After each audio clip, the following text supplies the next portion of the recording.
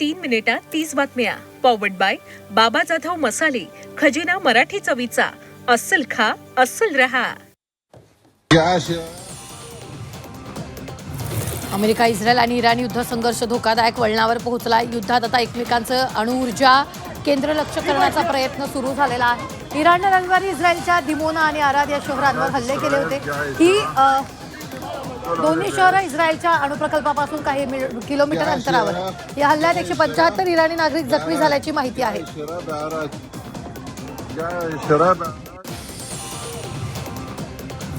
होर्मुझ सामुद्रधुनी मुद्द्यावरून युद्ध भीषण होण्याची शक्यता आहे. होर्मुझमधील कोंडीच्या मुद्द्यावरून अमेरिकेने इराणला धमकी दिली.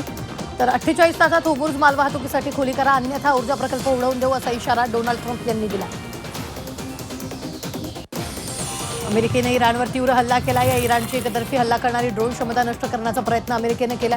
ज्या ड्रोनचा वापर करून इराणनं अमेरिका इस्रायल लक्ष केलं होतं ती क्षमता नष्ट करण्याचा प्रयत्न अमेरिका करते. इस्रायल हवाई दलाचे तेहरानमध्ये हल्ले सुरूच आहे. तेहरानच्या सुरक्षा संस्थांवर मोठे हल्ले करण्यात आले. इस्रायलकडून तेहरानच्या लष्करी तळांवर हल्ले करण्यात आले. इराणचा इस्रायलच्या तेल अवीववर हल्ल्यात रस्त्यावरील कार थोडक्यात वाचली. इराणी हल्ल्याचा सीसीटीव्ही समोर. तेल अवीववर इराणी मिसाईल डागली. इस्रायलच्या दक्षिण लेबनॉनवर हल्ल्यात इस्रायलचं हर्मीज 450 ड्रोन पाडलं. लेबनॉनमध्ये हिजबुल्लाहच्या ठिकाणांवर वारंवार हल्ले. जळगाव शहरात 5ही एलपीजी गॅस पंप बंद. कंपन्यांकडून गॅस पुरवठा होत नसल्यानं गॅस पंप चालकांना पंप बंद ठेवण्याची वेळ. गॅस तुटवड्यामुळे आठवडाभरापासून गॅस पंप बंद. गॅस अभावी पंप चालकांचंही आर्थिक नुकसान. गॅस संपल्यामुळे रिक्षा देखील पंपावरच उभ्या सोडून चालक निघून गेल्याचं पाहायला मिळत आहे.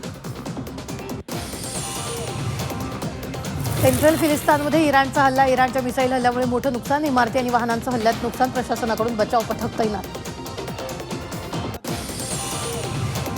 धाराशिवमध्ये गॅस सिलेंडरचा काळाबाजार. गॅसचा काळाबाजार रोखण्यासाठी पथकं तैनात. 8 दिवसात 93 ठिकाणी छापे. पुरवठा विभागाच्या पथकाकडून 19 टाक्या जप्त. हॉटेल आणि इतर व्यवसायात घरगुती सिलेंडरचा वापर करणाऱ्यावर कारवाई. या टाक्यात कुणाच्या आहे हे स्पष्ट न झाल्यानं पथकाकडून कुणावरही गुन्हा दाखल झाला नसल्यानं पुरवठा विभागाच्या कार्यक्षमतेवर प्रश्नचिन्ह.